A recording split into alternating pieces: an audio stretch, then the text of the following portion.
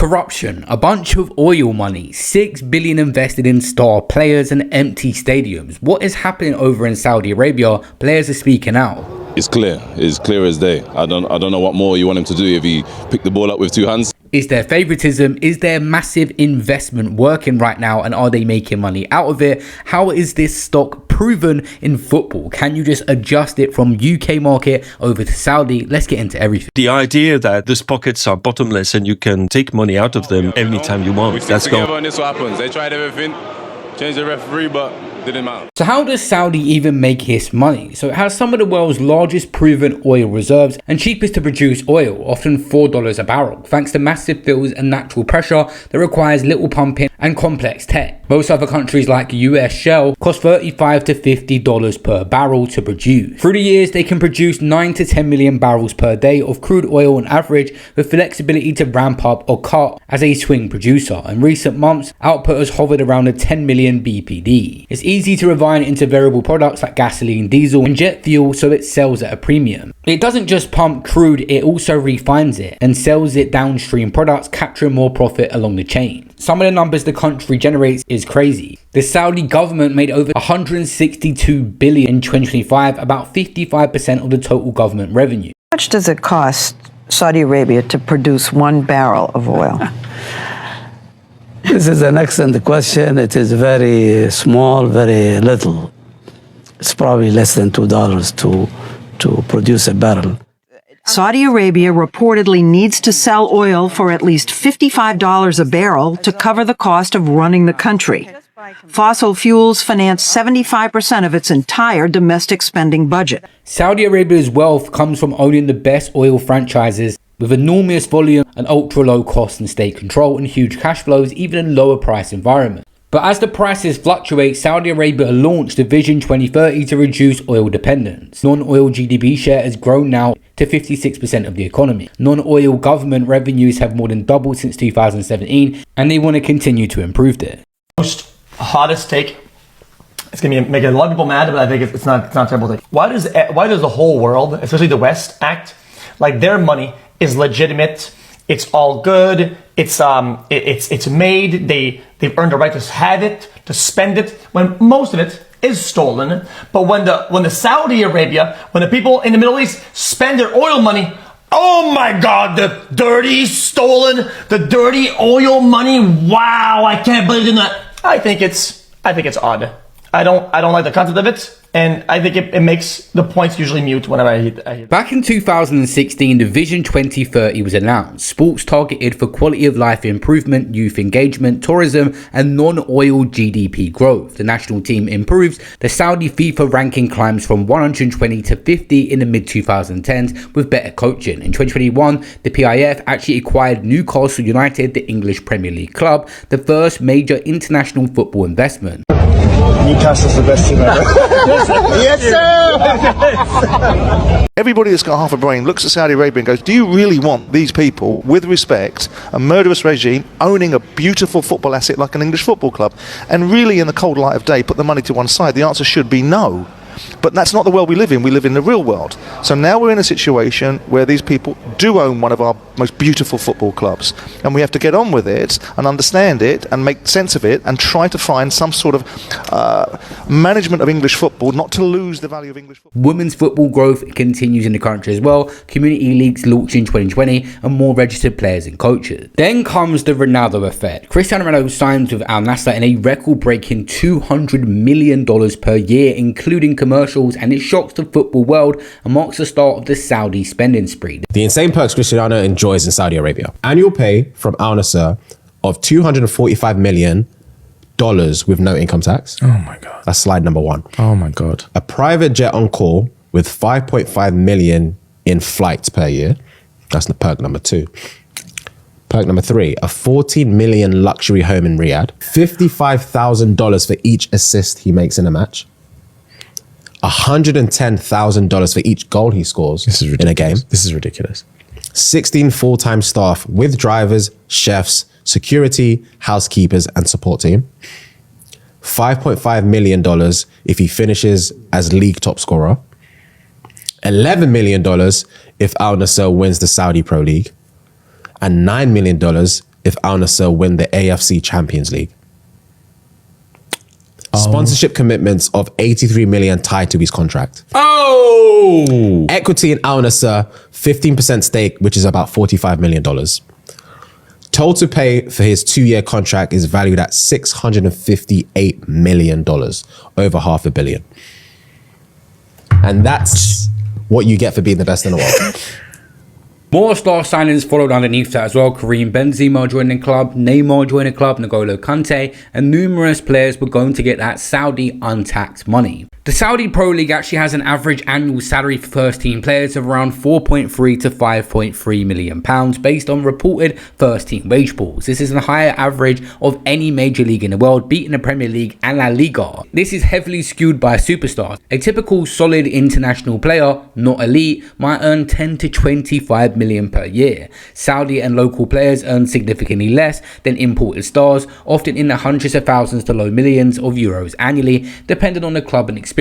Lower tier or reserve younger players can earn sometimes under $1 million. You can see why many footballers attempted to go there for tax reasons, and just being an average footballer, you're more valued there than ever. You're put on a pedestal and paid more and not paying any tax, like I said. It's sweltering here. The temperature at the moment is around 36 degrees. That's approaching 100 degrees Fahrenheit. How anybody plays football here, God only knows, but there is a reason: money. We're about to enter the seething cauldron of the stadium now. It's very, very hot indeed.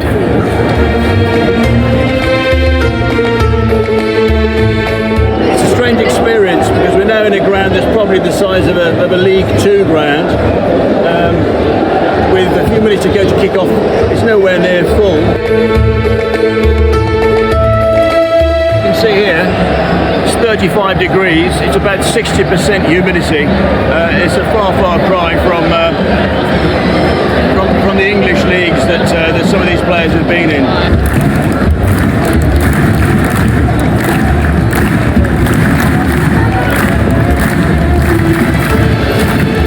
It's a decidedly less spectacular experience than I was expecting. The quality of play hasn't been great, if I'm honest, up until half-time, apart from one bright spark from Sadio Mane, the ex-Liverpool star who scored in the 4th minute.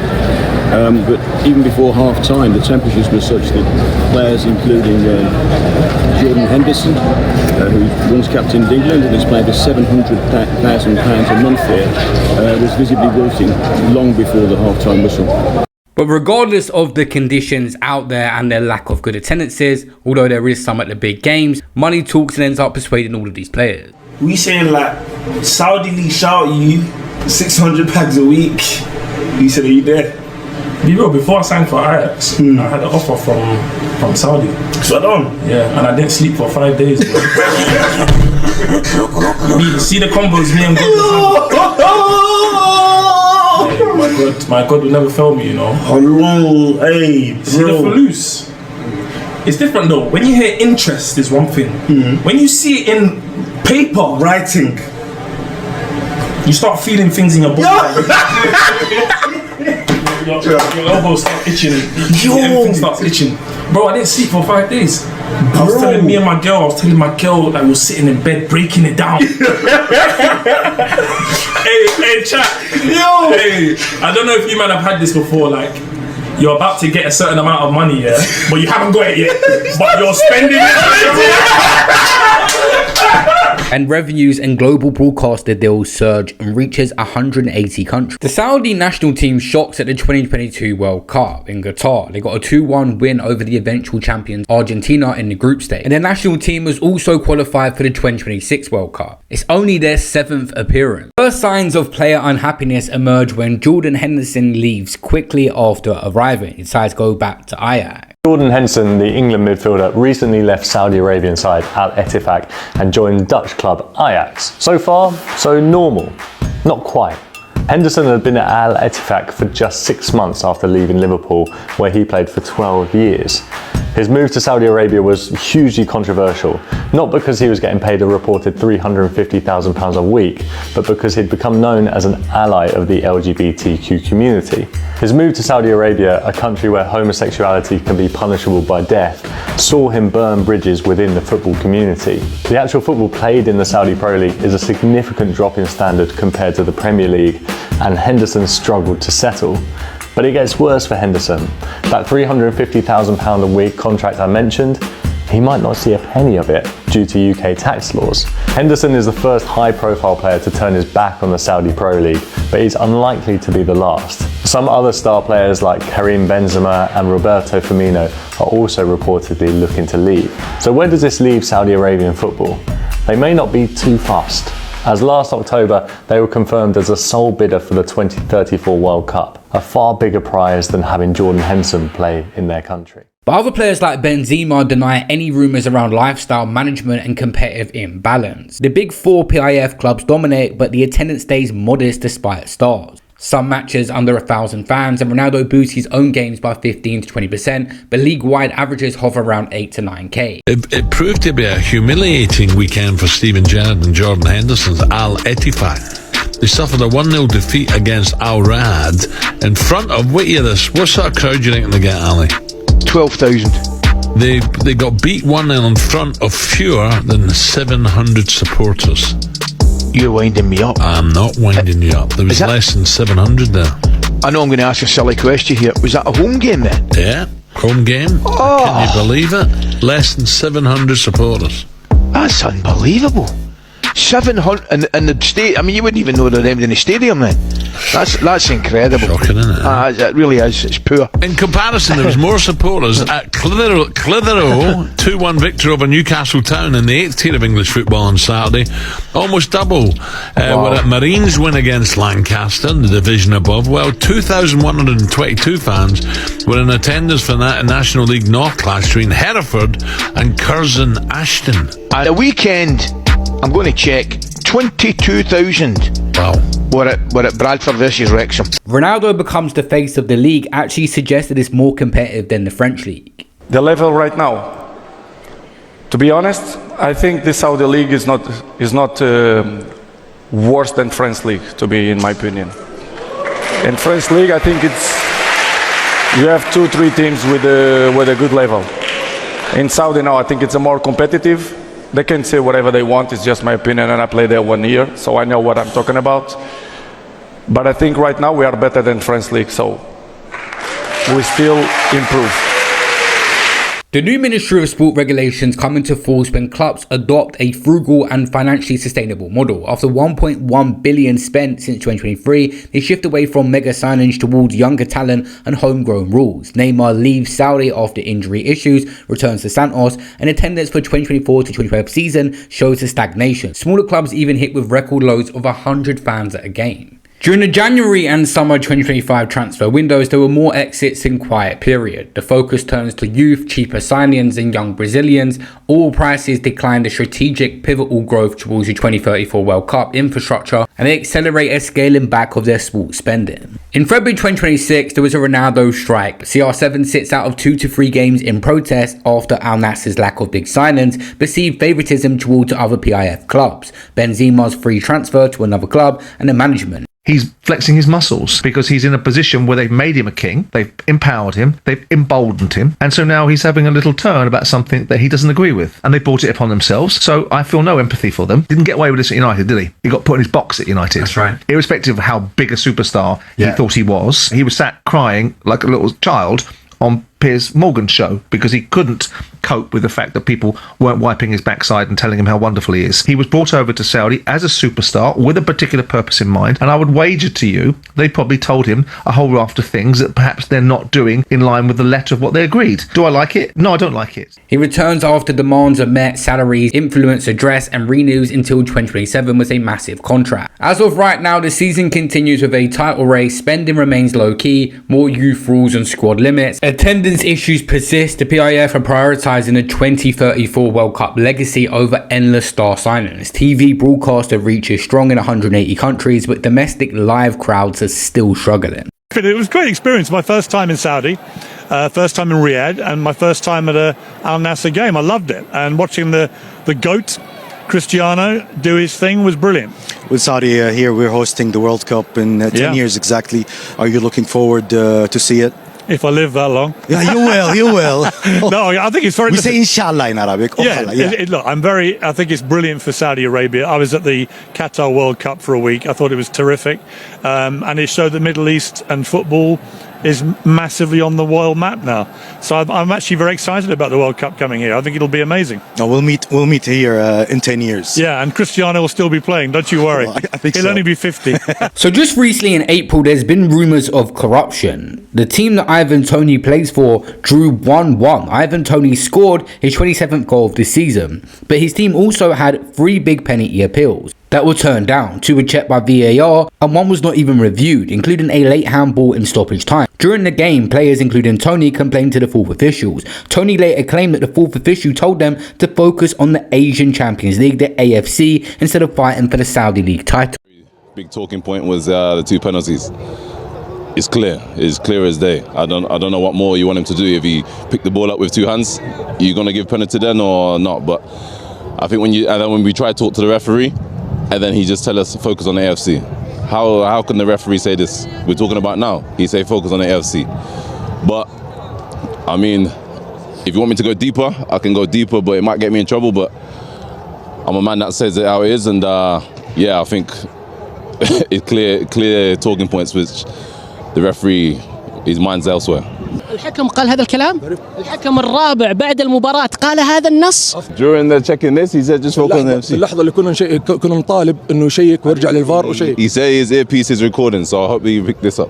But maybe it switch off at that point. I don't know. Maybe. هل تتوقع أنكم ظلمتوا هذا اليوم من الحكم؟ Clear wasn't fair. I mean, you see this. There's 2 penalties. For me, the first one clear penalty. This story has recently exploded in the media. Headlines linked to Ronaldo and claims of referees rigging or favoritism towards Al Nassr. Toney said he might get in trouble for speaking, but stood on his word. The Saudi Referees Committee reviewed the audio from the officials and they found no evidence of focus on the AFC comment, and it was cleared for the 4th official. They said that the claims were unfounded. Everyone sees this. In a unnatural position, it's a penalty. Throughout the season, clear penalty. But now we get to close crunch time, they change it. I don't know why. سؤالي الأخير لمصلحة من يظلم الأهلي من الحكم؟ لمصلحة من يظلم الأهلي من الحكم؟ إذا قلت أننا مظلومين هذا اليوم. Why are you angry? لا أنا هذا طبيعتي متحمس. لا هذا أنا بالعكس دائما زي كذا. We know who. Who are we chasing? هل الأندية الأخرى يعني تظلمكم من طريق الحكم؟ Listen, at the end of the day, we win and we lose together, and we lose gracefully.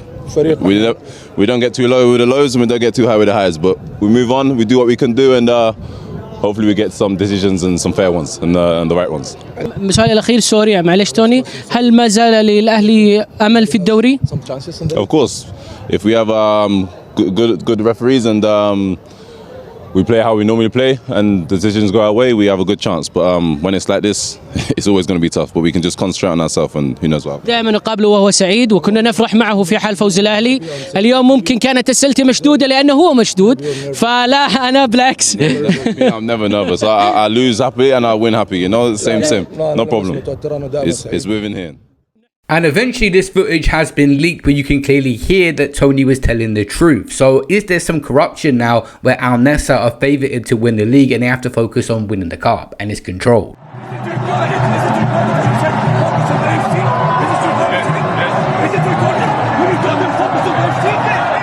Ivan Toney is the top goal scorer in the league, actually above Ronaldo, but these are damning allegations for the league. No one wants to play non-competitive football where referees are against them. So some of the problems over there is stadiums and fans are not growing. So the Saudi football culture historically revolves around the national team or huge derbies, not weekly league games. Many prefer watching on TV, strong global deals, because of the hot weather and the ticket pricing and lack of deep-rooted club loyalty beyond the big four. Fans disengage when big clubs dominate and the star power is fading. Initial Ronaldo boost didn't sustain the league's wide growth. Once the notoriety wore off, Many stars even underperformed, left, and casual fans just stayed at home. The massive early spending wasn't endless. Oil prices, new regulations, and pivoting towards the World Cup budgets as well. So back in October 31st, 2023, FIFA opened bidding for the 2034 World Cup, a very short window, only 25 days for expressions of interest. Saudi Arabia submits a bid almost immediately with a polished document. The only rival to Saudi Arabia in the bid for the World Cup was Australia, but they had withdrawn, citing an unfair time frame for them to present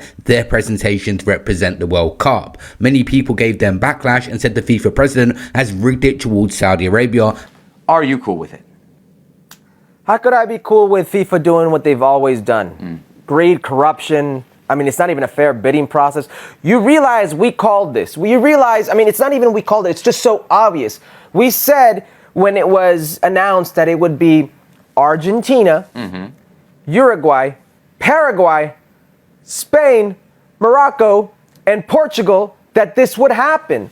They eliminated all these different countries, all these different regions from the bidding process. So guess what? It could only be either Australia or Saudi Arabia. And guess what? Australia didn't put in their bid on time. So they got what they wanted. They greased the wheels the way they wanted. They set it up the way they wanted to give it to Saudi Arabia. So now the craziest thing is you have announced 2 men's World Cups for 2030 and 2034 before you've even announced the women's 2027 World Cup, which is right around the corner. It's FIFA continuing to do what they've always done. And the worst part is they're looking us straight dead in the eyes, straight dead in the face and saying, hey, look at us. We're doing this. Throughout 2024, Human Rights Watch and others warned of the risk to migrant workers, similar to Qatar 2022, forced labour, unpaid wages, women's rights and LGBT issues. They urged FIFA to demand bidding reform. This is how the 2022 World Cup was built on slave labor. You saw the goals, the fireworks, the celebrations, but you didn't see the thousands who paid the real price. Qatar spent $220 billion to impress the world, but the real cost? Workers trapped in a system that took away their rights. It's called kafala, a system where workers arrive hoping for a better life, but instead, their passports are taken, their contracts basically mean nothing, and their wages barely cover costs of food. They lived in crowded, filthy camps, sometimes 16 men crammed into a tiny room. Meanwhile, just miles away, luxury hotels were being built for the players. And why didn't they complain? Well, because complaining was punishable by being sent back home with nothing, or even worse, they never made it back at all. FIFA knew, the world knew, but as long as the games went on, nobody seemed to care. So was the World Cup really a global celebration, or just $1 billion distraction from a human rights disaster? Do you in any way make very clear gay fans are welcome? They are welcome. I'm sure they've come to some of our events. We don't go around asking, are you gay or straight? Everyone's welcome. There are rules that everyone respects. And what are the rules? There are rules that everyone respects about our culture, and how do they have to abide by the culture that we have. Would alcohol be available in any place? Well, again, these are rules and regulations that are there that everyone has to respect. And you know, if you are against that and you don't feel like you're going to enjoy your time coming and you can't respect that rule, then don't come.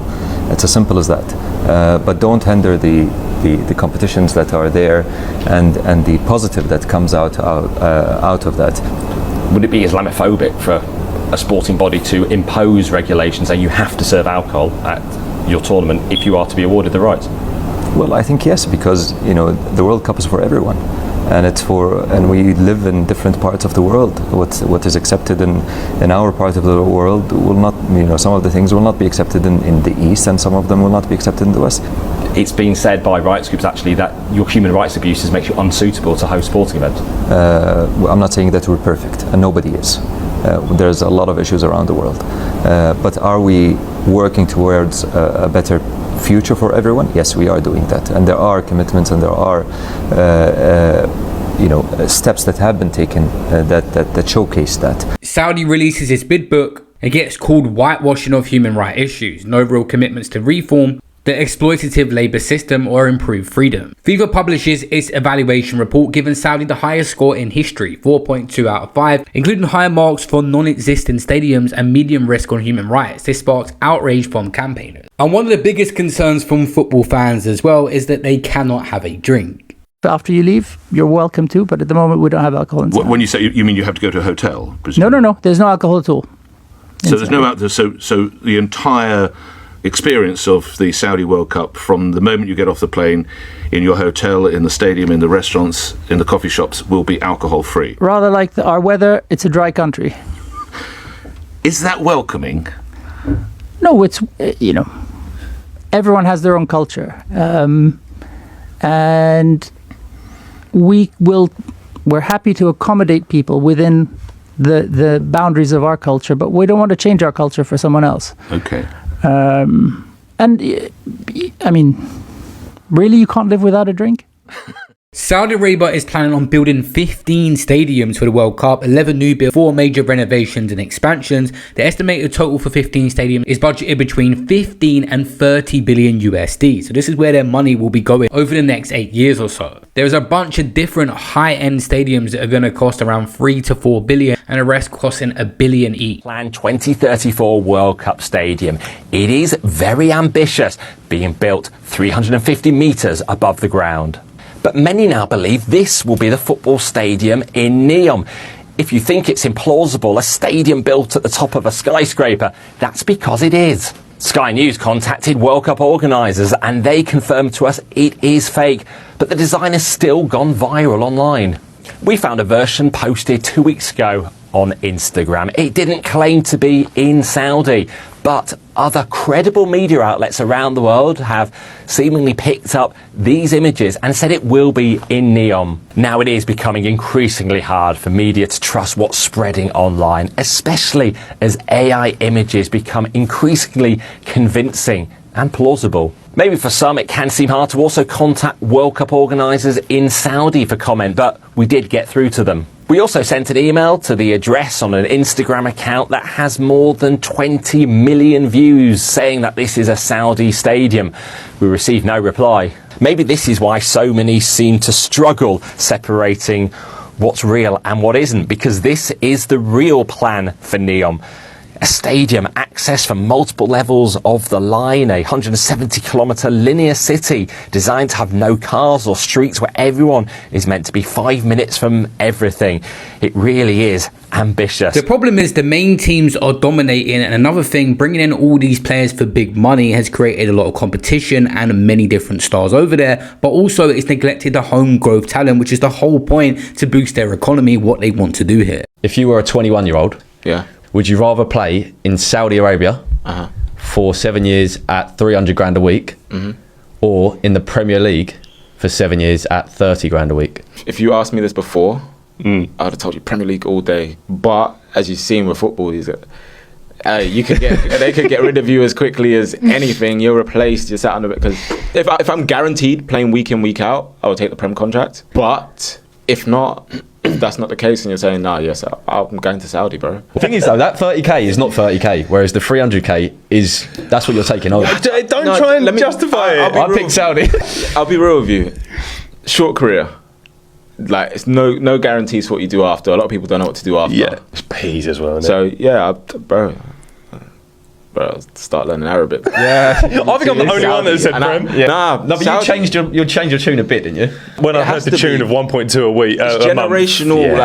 Yeah. I don't even like that term really, because I feel like you should be able to work for it. To an extent. Because if you just get loads of money given to you, you're not going to appreciate it. But is it not too much money? You don't need that. You don't need it. Yeah, but if it's being offered to you, you're not going to say that is too much for me. No, but it's not being offered. It's saying this or that.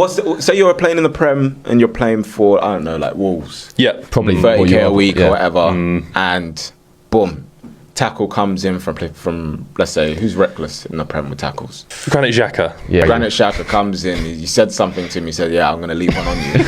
Finishes your leg, and then you're done. But I just when we've asked this question, we've asked it to people who've played football and me. Yeah. And everyone who's played football says Saudi. Yeah, and I say Prem. In football, there's no You get it. loyalty. It goes back to Filtering through all the leagues, the tickets, the stadiums, everything that it brings, it's over 9.5 billion to the UK economy alone, and they wanted to diversify from their oil money to have this kind of investment, but people have been suggesting that they're getting bored of it already and may try other avenues. Someone said not true, they've just signed off on a £200 million training facility for Newcastle, built by the same architects who did the Tottenham Stadium and Real Madrid training ground, and just bought the land last month. Construction starts at the end of the year, and apparently they're going to come again at some point, but obviously financial fair play is across the board in football now. They still haven't gotten to the point where they can attract current top players. Even that massive Mbappe deal had fell through. Did you hear about Mbappe's huge contract offer? Yeah, so these Saudis are just throwing money. The offer is $700 million in 1 year, which is absolutely insane. If he agrees to it, they would also have to pay a $300 million transfer fee from PSG, so it's $1 billion offer. So they broke it down. He would make $58.33 million a month. He would also make $13.3 million a week, $1.9 million a day, $79.9K an hour, and $1,332 a minute for that whole year. Yeah, no, that's not fair. He's making LeBron's yearly salary in the NBA more than that in a month. The problem is the UK's football passion has been built over years of people being loyal to their clubs, and that is something that the Saudi money can't just buy it overnight.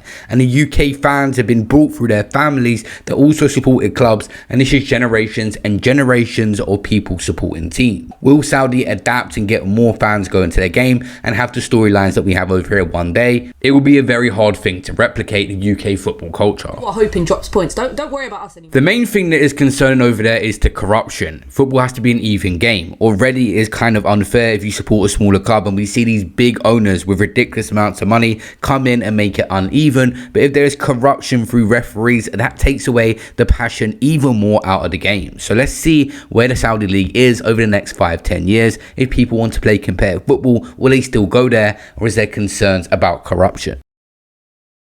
There is going to be a part 2 to this video because there is numerous other sports that Saudi are involved in. We're also going to break down, including the boxing world. So make sure you subscribe for part 2.